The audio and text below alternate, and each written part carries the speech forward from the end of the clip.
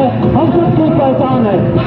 पाया भक्कम असेल तर आपण यशाची अतिउच्च शिखरे सहज पार करू शकतो।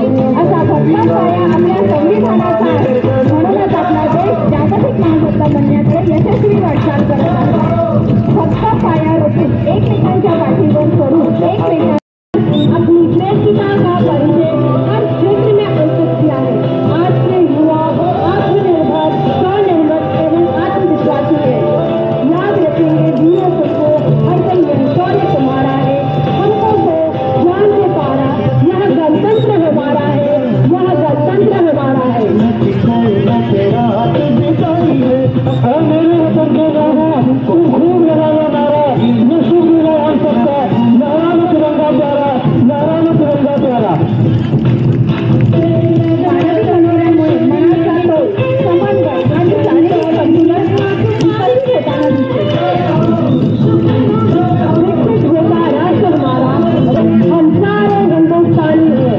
जोरदार तालियों से विद्यार्थियों का प्रोत्साहन बढ़ाए।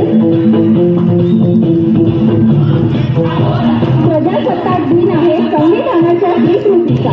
प्रजासत्ताक दिन आहे संविधानाच्या स्वीकृतीचा।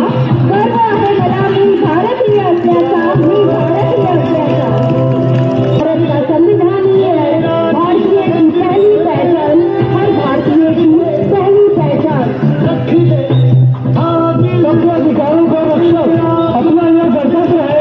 सबके अधिकारों का रक्षक अपना यह गणतंत्र है।